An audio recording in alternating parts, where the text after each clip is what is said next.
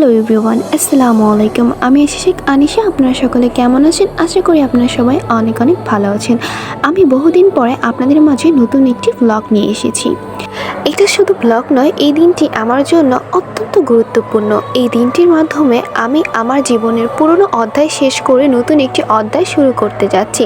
হ্যাঁ বন্ধুরা, আমি উচ্চ মাধ্যমিকের গণ্ডি পার হয়ে উচ্চতর পড়াশোনার দিকে এগিয়ে যাচ্ছি। একটু ছোটোখাটো খারাপ লাগা তো অবশ্যই কাজ করছে, কারণ 2 বছর আমি এই কলেজে পড়াশোনা করেছি। কলেজের শিক্ষক মণ্ডলী, আমার সহপাঠী, তাদের প্রতি আমার এক ধরনের ভালোবাসা জন্ম নিয়েছে। তবে কি করার, এটাই তো নিয়তির খেলা। যাই হোক, আমরা এখন মূল বিষয়বস্তুতে ফিরে যাই। আমি সকাল 10টায় কলেজে উপস্থিত হয়েছি। তখন আমরা দেখতে পাই যে এয়ারটেলের সৌজন্যে আমাদেরকে টি শার্ট বিতরণ করা হচ্ছে। আমরা টি শার্ট সংগ্রহ করে চলে যাই ওয়েলফেয়ারের সামনে। সেখানে গিয়ে আমরা অনেক সুন্দর সুন্দর পিকচার তুলি। তারপর স্মৃতিচরণের জন্য আমার কলেজের প্রথম দিনের পিকচারগুলো ভিডিওর সাথে সংযুক্ত করি। সেই দিন মাত্র কলেজে এসে ভর্তি হয়েছি। চোখের পলকে যেন সময়গুলো চলে গিয়েছে।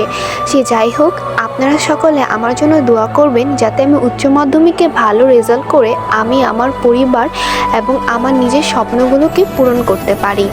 এবং আপনারা সকলে এইচএসসি 2024 সালের জন্য দোয়া করবেন। ইন্টারমিডিয়েটের সময়গুলো যেন চোখের পলকে চলে গেল, কোনো কিছু বুঝে ওঠার আগেই এই অধ্যায়টা শেষ। কি অদ্ভুত!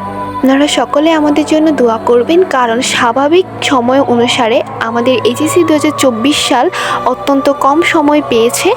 তার মধ্যে আমরা চেষ্টা করছি আমাদের প্রিপারেশন গুছিয়ে পরীক্ষা দেওয়ার। সকলের কাছে আমরা দোয়া প্রার্থী।